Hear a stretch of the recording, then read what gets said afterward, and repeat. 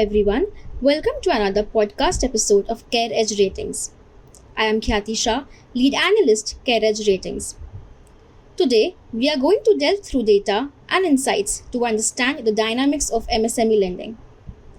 The Indian MSME sector is home to more than 64 million units. And despite encountering significant challenges like demonetization, COVID-19, and GST implementation, the sector continues to thrive.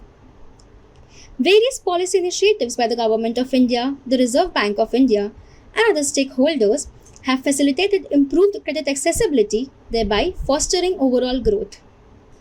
Yet, there is an estimated credit gap of 28 lakh crore, indicating a significant lending opportunity that remains untapped. As the economy continues to formalize, more businesses are expected to seek institutional credit. But who is taking the lead in bridging this gap? Now, while the conventional banks have traditionally dominated MSME lending, NBFCs are emerging as an important player in this segment.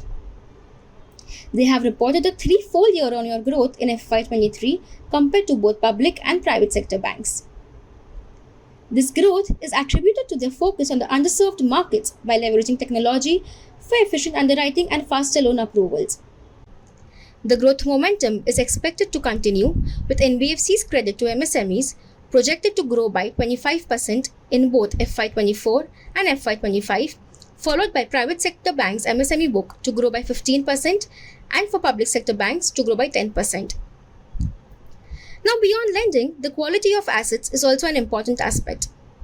The overall asset quality of the MSME book has exhibited steady improvement across all lender categories and MSME segments. The portfolio's NPA levels have declined from 4.4% in Q2 FY22 to 2.3% in Q2 FY24. This indicates a positive trend. Taking a closer look at the small ticket size MSME-focused NBFCs, we have witnessed a compelling growth story. With a notable uptick in their MSME portfolio, these NBFCs have seen a remarkable CAGR growth of 36% from FY19 to FY23. And CareEdge Ratings anticipates this portfolio to grow by 35% in FY24 and by 25% in FY25. NIMs of these small ticket size MSME-focused NBFCs improved in FY23 primarily because of rapid repricing of loans in anticipation of increased interest rates. However, going forward, NIMs are expected to decline due to increasing competition among lenders vying to address the credit gap. Operating leverage will be driven by better absorption of fixed expenses and slower growth of employee expenses in comparison to the AUM.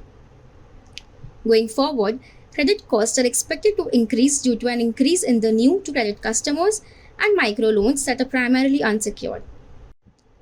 Considering the expected increase in credit cost and contraction of NIMs alongside a marginal decrease in operating expenses, the return on total assets is projected to moderate to 3.8% in FY24 and further to 3.3% in FY25, down from 4% in FY23. Despite the advancements, MSME lending still faces notable barriers, including lack of comprehensive data, collateral, and formal credit histories.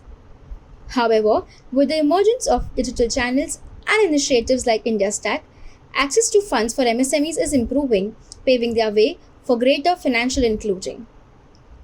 Moreover, co-lending arrangements between banks and NBFCs have also emerged as a capital-efficient avenue for financing MSMEs, further driving its growth.